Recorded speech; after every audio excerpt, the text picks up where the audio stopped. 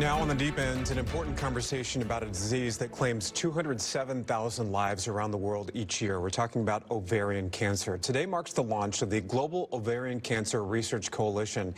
It unites 4 leading research organizations from around the globe. It also brings in Microsoft AI to help transform the way research is done. We're joined by the president and CEO of Ovarian Cancer Research with Alliance, Audra Moran. Audra, thanks so much for your time this morning in this important conversation. Thanks so much for having me. So dumb this down for us a little bit. For those who may not know, what exactly is ovarian cancer? Well, ovarian cancer is the deadliest of the gynecologic cancers. It's a rare cancer. About 20,000 women in the United States are diagnosed every year, about 325,000 cases worldwide. But it's the deadliest, and it's also the 5th leading cancer death among women. Why does this particular type of... I'm sorry, go ahead. Go ahead. No, I was just going to say, and the survival rates really haven't changed much. We're at about a little over 50% in 5-year mark.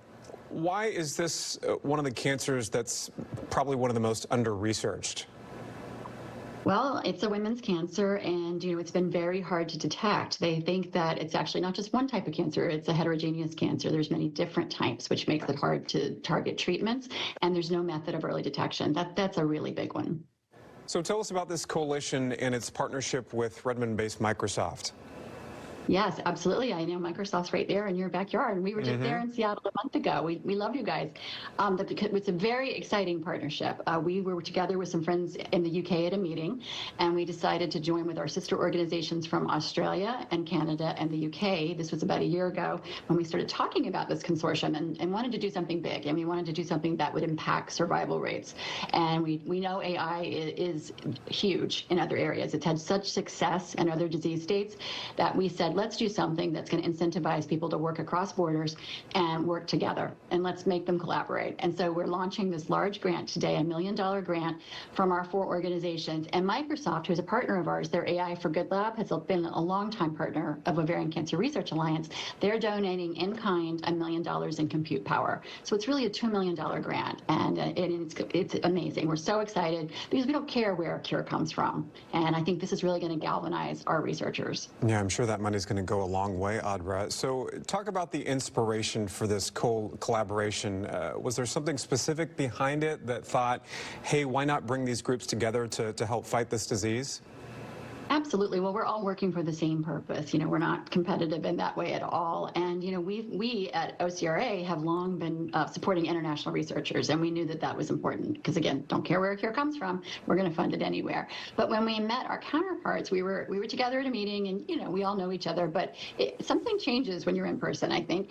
And we were there and started talking about, like, what can we do to actually affect change? The survival rate is just, we can't let this stand. And so I think that was really the impetus behind this. And so since about October, we've been meeting regularly, and our staff's been meeting regularly. So it's a real effort. It's a real global effort to eradicate ovarian cancer.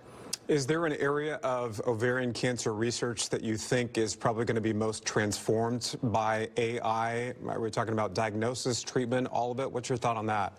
I think all of the above, but for sure of early detection. At this point, we've learned that we probably have to detect it much earlier than even when symptoms start, probably like 5 years earlier. So that there is currently no known technology that can do that for ovarian cancer. So we think AI can be transformative there. We think it can be helpful in identifying biomarkers for the disease that would help find it. And we also think treatments can be better. New treatments and better treatments that aren't as toxic. And really quickly, is there a good place to go for information on this?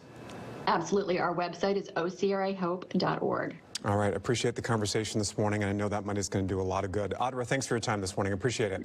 Thank you. Thanks for having me.